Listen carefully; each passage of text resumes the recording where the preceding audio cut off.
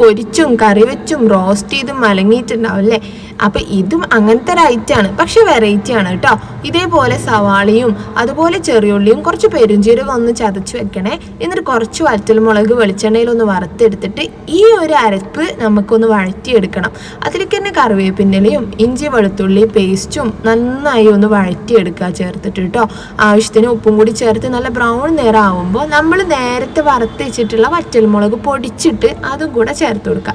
പിന്നെ അതിലേക്ക് കുറച്ച് ഗരം മസാലപ്പൊടി, കുറച്ച് മുളക് പൊടി, കുറച്ച് മഞ്ഞൾപ്പൊടി ഇത്രയും ചേർത്ത് നല്ല വഴറ്റിയ ശേഷം അതിൻ്റെ പച്ചമണമൊക്കെ ഒന്ന് മാറിയിട്ട് അതിൽ നമ്മുടെ ചിക്കൻ ഇട്ട് നല്ലോണം ഒന്ന് റോസ്റ്റ് ചെയ്തെടുക്കണം. നന്നായിട്ടൊന്ന് വഴറ്റിയെടുത്തിട്ട് ഇതുപോലെ അതിലെ വെള്ളം ഇറങ്ങി ആ വെള്ളത്തിൽ തന്നെ വേവിച്ചെടുക്കുന്നതാണ് കേട്ടോ ഏറ്റവും ടേസ്റ്റ്. കൂടുതൽ വെള്ളമൊന്നും ഒഴിക്കാണ്ട് ആ ഒരു വെള്ളത്തിൽ നമ്മൾ ഇളക്കി വേവിച്ചെടുത്താൽ നമ്മുടെ ചിക്കൻ റോസ്റ്റ് റെഡിയാണ്. ഇഷ്ടമായ നമ്മുടെ പേജ് ഒന്ന് ഫോളോ ചെയ്യണേ.